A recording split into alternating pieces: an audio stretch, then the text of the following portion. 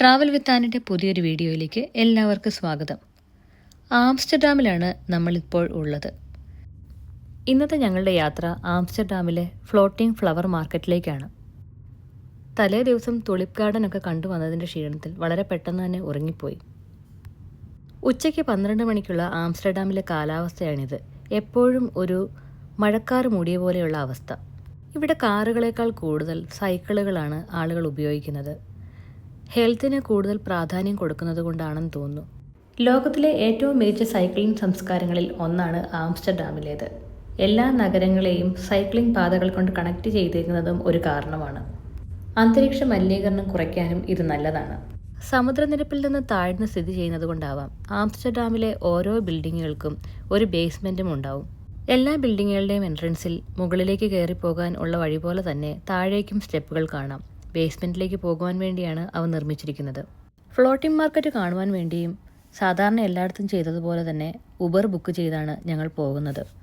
ഞങ്ങളെ കൊണ്ടുപോകാൻ വന്ന ആ ഊബർ ടാക്സിയുടെ ഡ്രൈവർ ഒരു പാകിസ്ഥാൻകാരനായിരുന്നു. എവിടെ നോക്കിയാലും നല്ല വൃത്തിയുള്ള തെരുവുകൾ. തെരുവിലെ കാഴ്ചകൾ കണ്ട് നടക്കുന്ന ഒരുപാട് വിദേശികളായിട്ടുള്ള ടൂറിസ്റ്റുകളും. റോഡ് പണി നടക്കുന്നത് കൊണ്ട് ഫ്ലോട്ടിംഗ് മാർക്കറ്റ് വരെ കൊണ്ടുവിടുവാൻ സാധിക്കില്ല എന്ന് ഞങ്ങളുടെ ടാക്സി ഡ്രൈവർ പറഞ്ഞു. അതുകൊണ്ട് തന്നെ ഇടയ്ക്ക് വെച്ച് ഞങ്ങളുടെ വണ്ടി അവിടെ നിർത്തേണ്ടി വന്നു. അങ്ങനെ അവിടെ നിന്നും പതുക്കെ ഇറങ്ങി നടക്കുവാൻ തുടങ്ങി. ഏതുവഴി നടന്നാലാണ് ഫ്ലോട്ടിംഗ് മാർക്കറ്റിൽ എത്തുക എന്ന് ഞങ്ങളുടെ ഡ്രൈവർ പറഞ്ഞിരുന്നുവെങ്കിലും ഇറങ്ങിക്കഴിഞ്ഞപ്പോൾ പുള്ളി പറഞ്ഞ വഴിയൊക്കെ ഞങ്ങൾ മറന്നുപോയി. അങ്ങനെ ഗൂഗിൾ മാപ്പ് ഇട്ട് ഫ്ലോട്ടിംഗ് മാർക്കറ്റിലേക്ക് നടക്കുവാൻ തുടങ്ങി. അവിടുത്തെ ഒരു ചെറിയ മാർക്കറ്റാണെന്ന് തോന്നുന്നു. നല്ല വൃത്തിയുള്ള ഒരു ചെറിയ മാർക്കറ്റ്. റെസ്റ്റോറൻറ്റുകാരെല്ലാം ഭക്ഷണത്തിന് വേണ്ടിയുള്ള ടേബിളുകളും കസേരകളും ഒക്കെ തന്നെ ഈ നിരത്തുകളുടെ സൈഡിലായിട്ട് ഇട്ട് കസ്റ്റമേഴ്സിന് വേണ്ടി വെയിറ്റ് ചെയ്യുകയാണ്. കാലാവസ്ഥയും ഈ വൃത്തിയുമൊക്കെ കാരണം തന്നെ എത്ര ദൂരം നടന്നാലും നമുക്ക് ക്ഷീണം അറിയില്ല.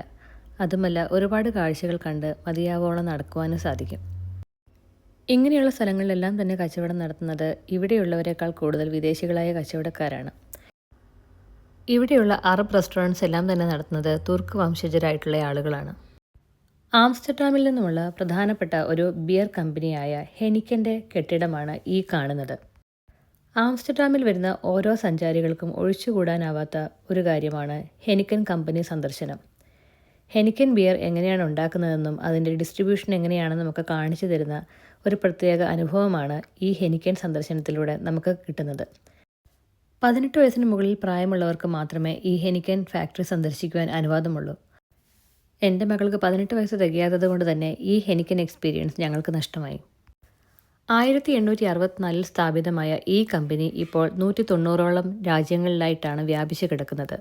ഇപ്പോഴും ഈ കമ്പനിയുടെ തലസ്ഥാനമായി വർത്തിക്കുന്നത് നെതർലൻഡാണ്. പല സ്ഥലങ്ങളിലും ജോലിക്കായി വന്നിരിക്കുന്ന ആളുകളുടെ സൈക്കിളാണ് ഇവിടെ ഇങ്ങനെ പാർക്ക് ചെയ്ത് വച്ചിരിക്കുന്നത്. അതിൻ്റെ കൂടെ തന്നെ ഒരു ഇലക്ട്രിക് ചാർജിംഗ് സ്റ്റേഷനും കണ്ടു. വളരെ മനോഹരമായ ഒരു തടാകവും അതിനെ ക്രോസ് ചെയ്യുന്ന ഒരു പാലവും. ആ പാലത്തിന് മുകളിൽ കൂടി തന്നെ ട്രാമുകളും അതുപോലെ മറ്റു വാഹനങ്ങളും പോകുന്നു. ആംസ്റ്റർഡാമിലെ ഈ കനാലുകൾ യുനെസ്കോയുടെ വേൾഡ് ഹെറിറ്റേജ് സൈറ്റിലെ ഒരു പ്രധാന ഘടകമാണ്. ഇവിടെ നിന്ന് നോക്കിക്കഴിഞ്ഞിട്ടുണ്ടെങ്കിൽ ഹെനിക്കൻ കമ്പനിയുടെ ഒരു നല്ല വ്യൂ നമുക്ക് കാണുവാൻ സാധിക്കും. ഫ്ലോട്ടിംഗ് മാർക്കറ്റ് എന്ന് വിചാരിച്ചിട്ടാണ് ഇറങ്ങിയതെങ്കിലും ഇവിടെ എത്തിക്കഴിഞ്ഞ് ഇവിടുത്തെ കാഴ്ചകളൊക്കെ കണ്ടപ്പോൾ തന്നെ ഫ്ലോട്ടിംഗ് മാർക്കറ്റ് കണ്ടില്ലെങ്കിലും പ്രത്യേകിച്ച് കുഴപ്പമൊന്നുമില്ല എന്നുള്ളൊരു ചിന്ത എന്നിലേക്ക് കടന്നു വന്നു.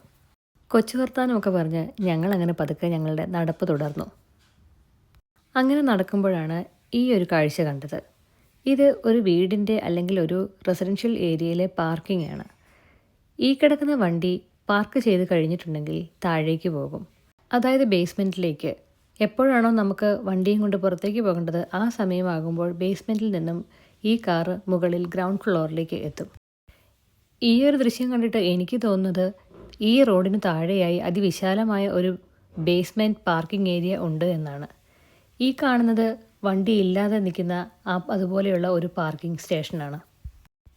നമ്മുടെ നാട്ടിലൊക്കെ നമ്മൾ ബേസ്മെൻറ്റിലേക്ക് വണ്ടി ഓടിച്ചു കൊണ്ടുപോകുന്നതിന് പകരം നേരെ വണ്ടികൾക്കായി ഒരു ലിഫ്റ്റ് അറേഞ്ച് ചെയ്ത് വെച്ചിരിക്കുന്നത് പോലെയാണ് ഇവിടുത്തെ സംവിധാനം.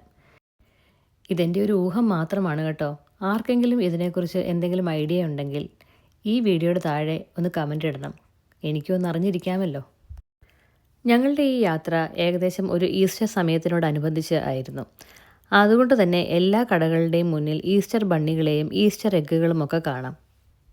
നമ്മുടെ നാട്ടിലെ ക്രൈസ്തവരായ ആളുകൾ ഈ ഈസ്റ്റർ ബണ്ണികളും ഈസ്റ്റർ എഗ്ഗുകളുടെയും സംസ്കാരത്തിന് പുറകെ പോകാറില്ല എങ്കിലും യൂറോപ്പിൽ എവിടെ ചെന്നിട്ടുണ്ടെങ്കിലും ഇങ്ങനെയുള്ള ആഘോഷങ്ങളും ആചാരങ്ങളും നിങ്ങൾക്ക് കാണുവാൻ സാധിക്കും. ലോകപ്രശസ്തമായ പല ബ്രാൻഡുകളുടെയും ഷോപ്പുകൾ നമുക്ക് ഈ യാത്രയിൽ കാണുവാൻ സാധിക്കും. അങ്ങനെ ആ കാഴ്ചകളെല്ലാം കണ്ട് കുറച്ച് മുന്നോട്ട് പോയി കഴിഞ്ഞപ്പോൾ ഫ്ലോട്ടിംഗ് മാർക്കറ്റ് എന്ന് തോന്നിപ്പിക്കുന്ന ഒരു സ്ഥലത്ത് ഞങ്ങളെത്തി. ധാരാളം ചെടികളുടെ വിത്തുകളും കിഴങ്ങുകളും എല്ലാം തന്നെ വിൽക്കുവാനായി വെച്ചിരിക്കുന്ന ഒരു മാർക്കറ്റ്. ഈ മാർക്കറ്റിലെ ഷോപ്പുകളെല്ലാം തന്നെ പടുത്തുയർത്തിയിരിക്കുന്നത് തടാകത്തിൻ്റെ മുകളിലായിട്ടാണ്. ഒരു ഭാഗത്ത് പൂക്കളും കിഴങ്ങുകളും വിത്തുകളും വിൽക്കുന്ന ഷോപ്പുകളും അതിൻ്റെ മറുഭാഗത്തായി റെസിഡൻഷ്യൽ ഏരിയയും അതുപോലെ തന്നെ റെസ്റ്റോറൻറ്റുകളും. എൻ്റെ ഈ യൂറോപ്യൻ ട്രിപ്പിൽ ഞാൻ ഏറ്റവും കൂടുതൽ കളർഫുള്ളായ സുവനിയേഴ്സ് കണ്ടിട്ടുള്ളത് ഈ നെതർലൻഡ്സിൽ വെച്ചാണ്. ഒരുപാട് മാഗ്നറ്റുകൾ പല രീതിയിലും പല ഷേപ്പുകളിലും നമുക്ക് ഇവിടുത്തെ മാർക്കറ്റുകളിൽ നിന്ന് മേടിക്കുവാൻ കിട്ടും. അങ്ങനെ ഇവിടുത്തെ ചെടികളും പൂവുകളും ഒക്കെ ആസ്വദിച്ച് കുറച്ച് ദൂരം ഞങ്ങൾ അങ്ങനെ നടന്നു.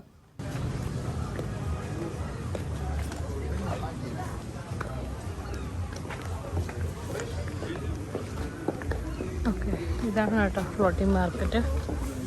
ആക്ച്വലി ബാക്കിയെല്ലാം വെള്ളത്തിലാണ്.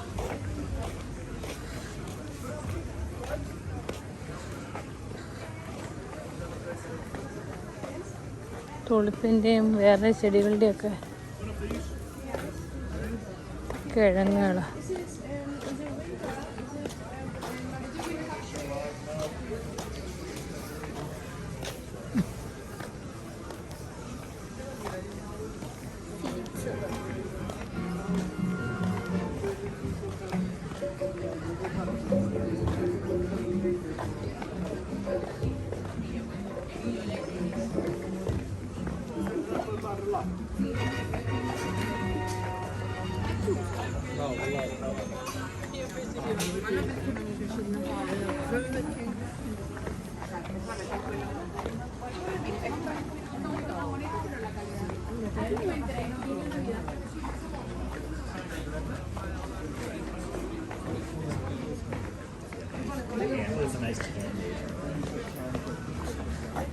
Non ci spendere neanche un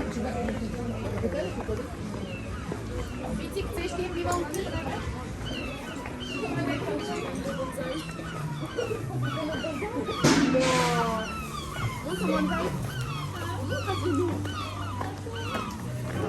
ഇതൊരു യൂറോയോ മാഗ്നറ്റിന്.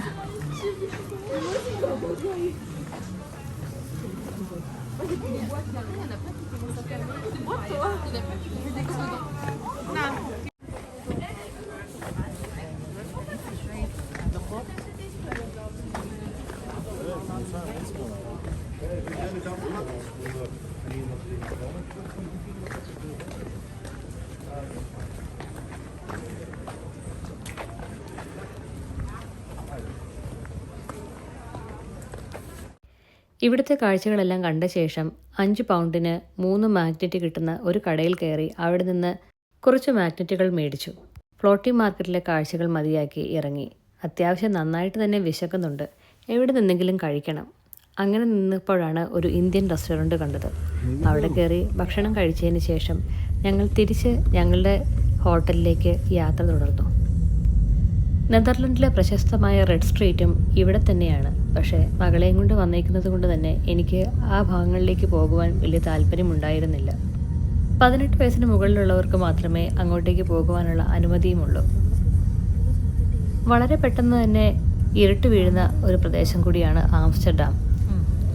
പാരീസിലെ പോലെ നൈറ്റ് ലൈഫ് ഒന്നും പേടിപ്പിക്കുന്നതല്ല എങ്കിലും അധികം ഇരുട്ടാകുന്നതിന് മുമ്പ് തിരിച്ച് ഹോട്ടലിൽ എത്തുവാനാണ് എൻ്റെ മനസ്സ് പറഞ്ഞത്.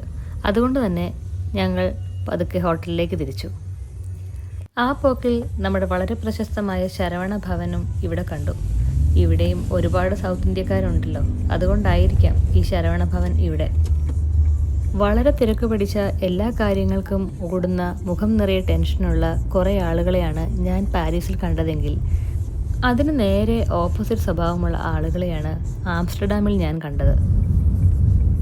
എനിക്ക് ഈ 2 രാജ്യങ്ങളിൽ നിന്നുമുണ്ടായ അനുഭവത്തിൻ്റെ അടിസ്ഥാനത്തിൽ മാത്രമാണ് ഞാൻ ഈ പറയുന്നത്. നദികൾക്കരികിലുള്ള ബാറുകൾ, കഫേകൾ, റെസ്റ്റോറൻറ്റുകൾ എന്നിവ കാരണം തന്നെ ആംസ്റ്റർഡാമിലെ നൈറ്റ് ലൈഫ് ലോക പ്രശസ്തമാണ്.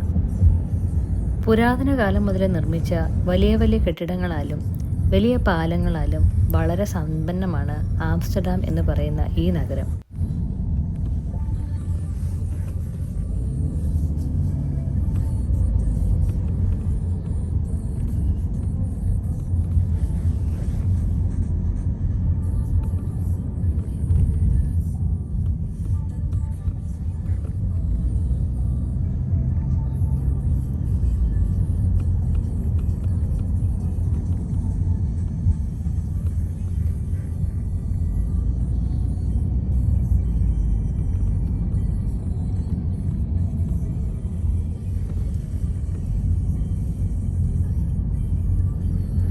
ഇന്നത്തെ രാത്രി ഭക്ഷണം ഞങ്ങൾ താമസിക്കുന്ന ഹോട്ടലിൻ്റെ റെസ്റ്റോറൻറ്റിൽ നിന്നുമാണ്. നാളെ രാവിലെ ഞങ്ങൾക്ക് ജർമ്മനിയിലേക്ക് പോകാനുള്ളതാണ്. ട്രെയിൻ ബുക്ക് ചെയ്തിട്ടുണ്ട്. പാരീസിൽ നിന്നും ആംസ്റ്റർഡാമിലേക്ക് വന്നതുപോലെ തന്നെയാണ് ഞങ്ങളുടെ ആംസ്റ്റർഡാമിൽ നിന്നും ജർമ്മനിയിലേക്കുള്ള യാത്രയും. താമസിക്കുന്ന സ്ഥലത്തു നിന്നും ഒരു ഉബർ വിളിച്ച് പോകാവുന്ന ദൂരം മാത്രമേ ഉള്ളൂ സെൻട്രൽ സ്റ്റേഷനിലേക്ക്. ആംസ്റ്റർഡാമിലെ ഈ ചെറിയ ചെറിയ കാഴ്ചകൾ നിങ്ങൾക്കെല്ലാവർക്കും ഇഷ്ടമായി എന്ന് കരുതുന്നു. പല വീഡിയോകൾക്കും ഇടയിൽ ഒരുപാട് ഇടവേളകൾ വരുന്നത് എൻ്റെ ജോലിത്തിരക്ക് കാരണമാണ്. അതെല്ലാം എൻ്റെ വ്യൂവേഴ്സിന് മനസ്സിലാകുമെന്ന് വിചാരിക്കുന്നു. പുതിയ കാഴ്ചകളും പുതിയ വിശേഷങ്ങളുമായി വരും വരെ it's me and signing off.